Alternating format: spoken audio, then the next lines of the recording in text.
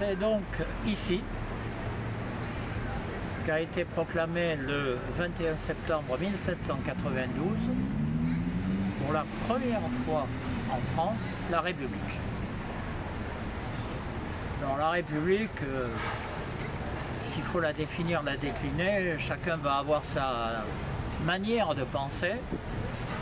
Je crois qu'il faut aller au plus simple.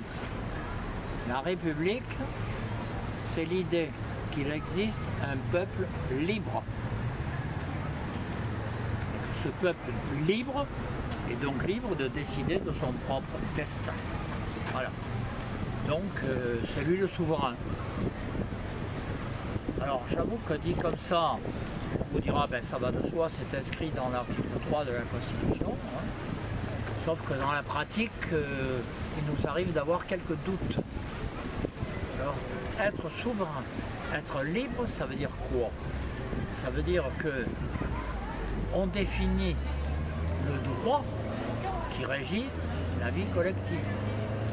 Les citoyens sont membres du peuple, et donc on accepte l'idée de ce peuple, collectivité de citoyens, et que donc ce peuple est libre, donc définit le droit qui fait fonctionner la société dont il est membre.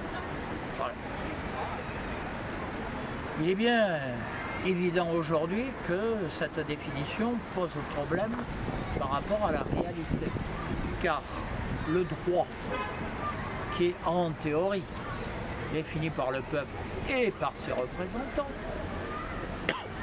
se trouve confronté au fait qu'il est inférieur à des droits définis par d'autres, et en particulier au droit européen, qui est supérieur au droit national.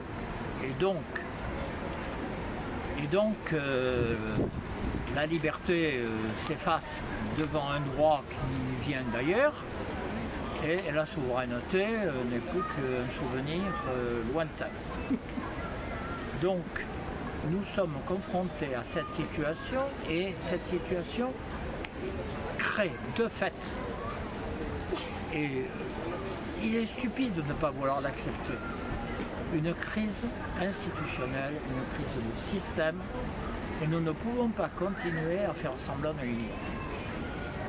Nous sommes dans une crise institutionnelle. Cette crise institutionnelle ne peut être résolue que si on revient, c'est pour ça qu'il est bon que nous fassions cette réunion au jour anniversaire, 21 septembre, de la Première République. On ne peut le résoudre que si on revient aux éléments fondamentaux de la République, et en particulier au fait qu'il existe un peuple, et que ce peuple est libre, et donc c'est à lui de décider s'il veut voir continuer un droit venu d'ailleurs, empiéter sur son propre droit, c'est-à-dire sur sa liberté. C'est pour cela que nous demandons un référendum dans lequel le peuple décidera s'il veut que le droit européen soit supérieur au droit national ou pas. Nous insistons là-dessus, et je crois qu'il faut à minima que les citoyens soient convaincus de l'importance de la chose. Ensuite, nous créerons et nous voulons créer le débat là-dessus. Il ne nous appartient évidemment pas de trancher, il appartiendra au peuple de le faire, encore faut-il que la question soit posée. Et il est bien que nous rappelions cette importance aujourd'hui, 21 septembre 2025. 25.